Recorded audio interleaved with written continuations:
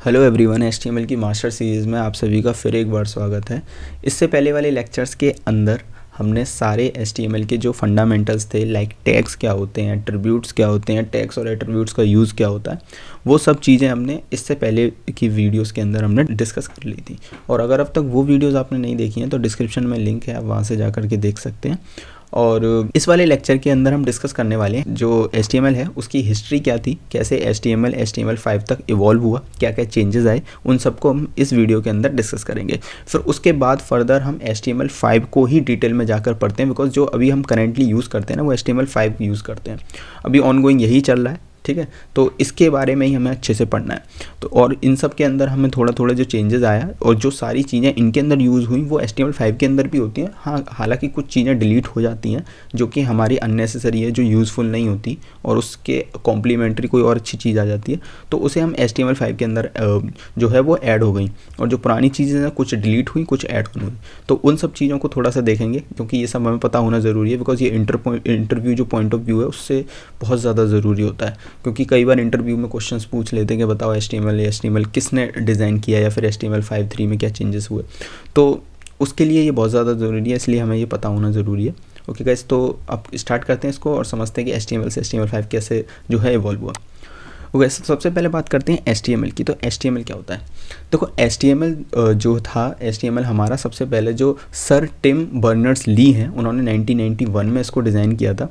Okay guys, तो वो उनके पास जो क्रेडिट था वो ये था कि उन्होंने वर्ल्ड वाइड वेब जो है, आप जैसे वर्ल्ड वाइड वेब को देखते हैं www. आप किसी वेबसाइट के आगे देखेंगे उन्होंने उस चीज़ को डिज़ाइन किया था। उसके बाद जो है उन्होंने इसका भी इवोल्यूशन किया, यानी कि इसको भी डिज़ाइन किया HTML का, ठीक है। तो जो सबसे पहले डिज़ाइन किया था वो टिम बर्नर ली थे, ठीक है गाइस। तो इसके बाद ये तो था हमारा बेसिक HTML जब उन्होंने पहली बार डिज़ाइन कर दिया। बट जो बेसिक HTML था ना उसमें कुछ भी नहीं था, वो बहुत ही ज़्यादा सिंपल था, जिसमें हेडिंग, पैराग्राफ, बस यही सिंपल से वो थे। ना कोई एट्रीब्यूट था, ना कोई स्टाइलिंग थी, बिल्कुल बेसिक जिसे कहते हैं ना स्ट्रक्चर, वो वाला स्ट्रक्चर उन्होंने डिज़ाइन किया था। बट वो इतना ज़्यादा यूज़फुल नहीं था, ठीक है गाइस। तो उसके बाद उसमें कुछ चेंजेस किए गए, ठीक है। तो उस चेंजेस करने के बाद जब हमारे पास पहला वर्जन रिलीज़ होकर के आया जो कि एक नंबर के साथ था, HTML 2.0, ठीक है गाइस। तो इसको जो डिज़ाइन किया था वो इंटरनेट इंजीनियरिंग टास्क फोर्स जो IETF है उसने सबसे पहले इसको डिज़ाइन किया था विद नंबर, ठीक है। इसके अंदर काफ़ी मेजर चेंजेस आए थे जो HTML का बेसिक वर्जन था उससे, ठीक है। तो इसे हम ये जो था एक पहला ऑफिशियली लेवल्ड था, मैंने अभी बताया कि ऑफिशियली लेवल था विद वर्जन नंबर, ठीक है। जो वर्जन नंबर था वो पहली बार HTML के साथ आया था और यही HTML का एक यूज़ केस भी बना, इसी को हम यूज़ करने लगे, ठीक है। ओके गाइस, तो इसके कुछ ऐसे फीचर्स थे जैसे कि फॉर एग्जांपल इससे पहले हमने पैराग्राफ के अंदर जो पहला वाला HTML था उसमें पैराग्राफ वगैरह ये सब तो क्रिएट कर सकते थे। बट जब HTML 2 आया तो उस पैराग्राफ का अलाइनमेंट भी हम कर सकते हैं। अलाइनमेंट क्या है? देखो, जैसे अगर हम इसी वाली स्लाइड को देखें तो इसमें जो टेक्स्ट का अलाइनमेंट है वो लेफ्ट साइड में है। अगर इसका टेक्स्ट का अलाइनमेंट अगर मैं राइट साइड में कर दूं तो ये सारा टेक्स्ट साइड में आ जाएगा और ये लाइन जो है यहाँ आ जाएगी। तो ये टेक्स्ट के अलाइनमेंट होते हैं। जैसे कि आप देखो स्क्रीन पे मैं डिफरेंट अलाइनमेंट शो कराएं, आप यहाँ से देख सकते हैं। ओके, तो इस तरीके के अलाइनमेंट का क्या होता है, इसको अलाइनमेंट हम जो टेक्स्ट है उसको अलाइनमेंट कर सकते थे। साथ ही हम क्या कर सकते थे, ULOL अनऑर्डर और ऑर्डर लिस्ट को बना सकते थे। देखो, अनऑर्डर लिस्ट का ही एग्जांपल इस स्लाइड पर आप देख सकते हो कि ये जो मैंने लिस्ट बनाई है बिना नंबर, सिर्फ बुलेट्स का यूज़ करके बनाई है, ठीक है। कोई नंबर, कोई अल्फ़ाबेट का यूज़ नहीं किया। तो ये हमारी एक तरीके से अनऑर्डर लिस्ट होती है। तो अनऑर्डर लिस्ट यहाँ पर आ चुकी थी, ऑर्डर लिस्ट आ चुकी थी, यहाँ पर 1 2 3 इस तरीके से हम लिस्ट को क्रिएट कर सकते थे। बेसिक टेक्स्ट की फॉर्मेटिंग भी आना चालू हो गया था, लाइक बोल्ड, इटैलिक, ठीक है। तो जैसे ये वाला जो फीचर्स ऑफ HTML लिखा हुआ है ये बोल्ड में लिखा हुआ है, बाकी सब हमारा जो है सिंपल है। तो कुछ इस तरीके के फीचर्स भी इसके अंदर ऐड ऑन हुए थे। मतलब ओवरऑल जो टेक्स्ट की फॉर्मेटिंग है वो इसके अंदर आ चुकी थी, ठीक है। साथ ही में हम इमेज भी लगा सकते थे और इमेज के कुछ basic attribute like Alt SRC ये भी इसके अंदर आ चुके थे। तो काफ़ी बड़ा इवोल्यूशन था इससे। यहाँ पर बिल्कुल सिंपल आप टेक्स्ट ही लिख सकते हो और यहाँ पर टेक्स्ट को थोड़ा सा चेंज कर सकते थे, अलाइनमेंट वगैरह ये सब कर सकते थे। तो काफ़ी मेजर चेंज था। उसके बाद आया HTML 3 आपका, ठीक है गाइस। तो HTML 3 एक्चुअली में देखो 3 नहीं आया था, 3.2 वर्जन रिलीज़ हुआ था। जो 3 वर्जन था उसमें क्या हुआ था, कोलैबोरेशन हुआ था। जब वो 3 रिलीज़ करने वाले थे तो उस टाइम पे क्या हुआ कि उन्होंने अपना फोकस जो है वो शिफ्ट कर दिया collaboration between the world wide web and जो हमारा IETF है ना, उन्होंने आपस में कोलैब किया। वर्ल्ड वाइड वेब जो सर टिम बर्नर्स ली हैं, उन्होंने जो पहला HTML बनाया था, और साथ में जो हमारी वर्जन 2 की जो टीम थी जिन्होंने वर्जन 2 को रिलीज़ किया था, इंटरनेट इंजीनियरिंग टास्क फोर्स, उन्होंने क्या किया, आपस में कोलैबोरेशन किया, और फिर उस कोलैबोरेशन का नतीजा क्या निकला कि उन्होंने HTML 3.2 वर्जन रिलीज़ किया।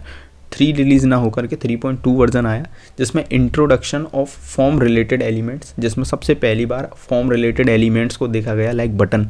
इसमें बटन्स भी आने लग गए। जब हम अपने फॉर्म पढ़ेंगे ना, तो फॉर्म के अंदर काफ़ी सारे बटन्स का यूज़ करेंगे, तो वो सारी चीज़ें उसके अंदर आने लगी। ओके गाइस, तो introduction of the style attribute. देखो, अगर आपने स्टाइल एट्रीब्यूट नहीं पढ़ा, देखो ऑब्जेक्ट भी बताऊंगा अभी क्या होता है, ठीक है। तो ऑब्जेक्ट बेसिकली यूज़ होता था आपके लिए embedding the external objects. External objects जैसे आपके फॉर एग्जांपल आप इमेजेस के लिए भी यूज़ कर सकते हैं, जैसे आपने मैप लगाया, मैप के लिए यूज़ कर सकते हैं, कोई वीडियो लगाई, ऑडियो लगाई, तो उस तरीके के ऑब्जेक्ट्स को आप ऑब्जेक्ट की मदद से इंट्रोड्यूस कर सकते थे। बट अब ये चेंज हो गया थोड़ा सा, ऑब्जेक्ट की जगह आप आई फ्रेम वगैरह इन सब का यूज़ कर सकते हैं, ठीक है गाइस। तो कुछ इवोल्यूशन हुआ, कुछ डिलीशन भी हुआ है, तो वो डिलीशन भी हो सकता है और एडिशन भी हो सकता है। देखो, जब भी कोई भी चीज़ इवॉल्व होती है तो उस केस में ऐसा हुआ, ठीक है। तो अब इंट्रोडक्शन ऑफ स्टाइल, देखो इसको समझते हैं, introduction of the style element, यानी कि इस वाले जो HTML 3 वर्जन था, इसके अंदर स्टाइल एट्रीब्यूट का इंट्रोडक्शन हुआ, यानी कि आप स्टाइल टैग का वो हुआ एडिशन, सॉरी गलत बोल दिया मैंने। तो स्टाइल एलिमेंट जब यहाँ पर आया, तो स्टाइल एलिमेंट से हम क्या कर सकते थे, थोड़ा बहुत स्टाइलिंग कर सकते थे अपने पेज को। बहुत ही ज़्यादा एडवांस लेवल की स्टाइलिंग नहीं आई थी,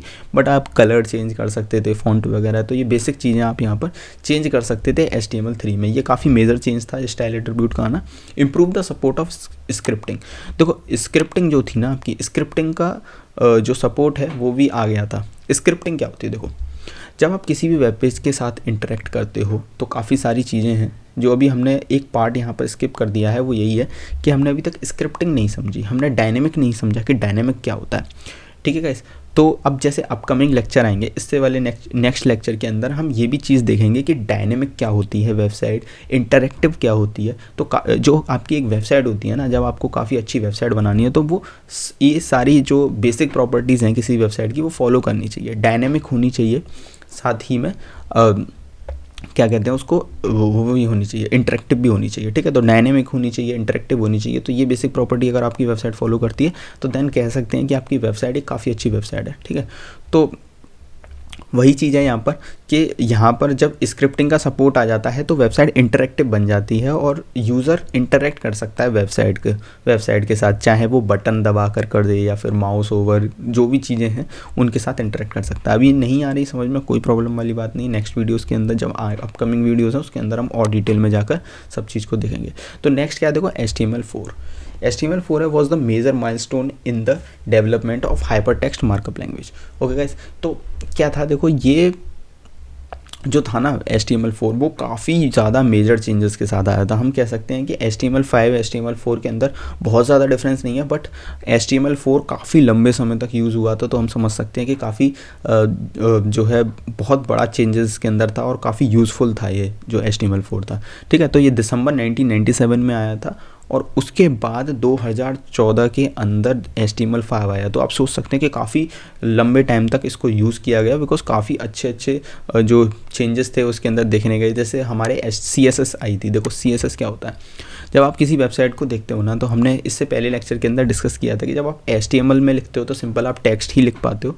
अगर आप CSS का यूज़ कर लोगे तो आप उसके अंदर डिफरेंट ग्राफिक्स को ऐड कर सकते हो और इमेजेस को अलाइन, टेक्स्ट को अलाइन करना या फिर बॉक्सेस को क्रिएट करना, बहुत सारी चीज़ें होती हैं CSS के अंदर, जो कि ओवरऑल स्टाइल होती है ना आपकी, वो CSS ही प्रोवाइड कराता है। बाकी सिंपल टेक्स्ट जो होता है वो HTML देता है। तो जितनी भी स्टाइल आप करते हो ना वेब पेज को, वो CSS की मदद से करते हो, यानी कि अब हम अपने वेब पेज को स्टाइल कर सकते थे काफ़ी अच्छे तरीके से। तो ओवरऑल हमारी सारी कमियाँ 4 ने पूरी कर दी थी, जो कि कुछ बची हुई थी, कुछ एडवांस था, वो HTML5 के अंदर आया। फिलहाल HTML4 काफ़ी यूज़फुल था, ठीक है। New form control types such as the check boxes and radio buttons. तो देखो कुछ फॉर्म के टाइप्स भी आने लगे, जैसे फॉर एग्जांपल चेक बॉक्सेज। जब आप कोई भी फॉर्म फिल करते हो तो उसके अंदर आपको चेक बॉक्सेस देखने के लिए मिलते हैं या फिर रेडियो बटन देखने के लिए मिलते हैं, वो सारी चीज़ें भी इसके अंदर आने लगी।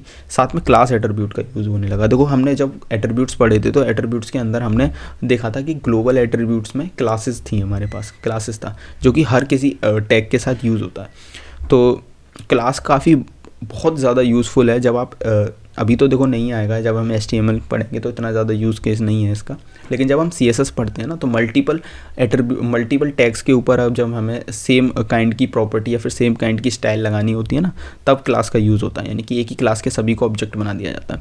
ओके गाइस, तो ये क्लास एट्रीब्यूट काफ़ी बड़ी अपडेट थी। फिर देन HTML4 आया, ठीक है। तो HTML4 का इंट्रोड्यूस द, सॉरी गलत हो गया भाई, ठीक है। तो introduce the ability to create the frame based layout, ठीक है। तो इस वाले में एक चीज़ और थी कि हम फ्रेम जो है बेस्ड लेआउट बना सकते थे, फ्रेम सेट, फ्रेम और नो फ्रेम का यूज़ करके। बट अब जो लेआउट है वो काफ़ी डिफरेंट आ चुके हैं, हम डिस्प्ले प्रॉपर्टी का यूज़ करके काफ़ी अच्छे अच्छे लेआउट बनाते हैं, ठीक है, जैसे फ्लैक्स बॉक्स हो गया, इस तरीके के, ठीक है। तो अभी इतना ही था इसके अंदर, ठीक है। तो इसके बाद जो कुछ चेंजेस रह गए ना, जो काफ़ी ज़्यादा एडवांस बना सकते थे आपकी वेबसाइट को, वो आए HTML5 के अंदर, ठीक है गाइस। तो HTML5 का जो वर्ज़न था वो 2015 में रिलीज़ हुआ था, 2014 में रिलीज़ हुआ था, और वो अब तक ऑनगोइंग चल रहा है, यानी कि आप सोच सकते हो कि काफ़ी अच्छा अपडेट था ये भी, ठीक है।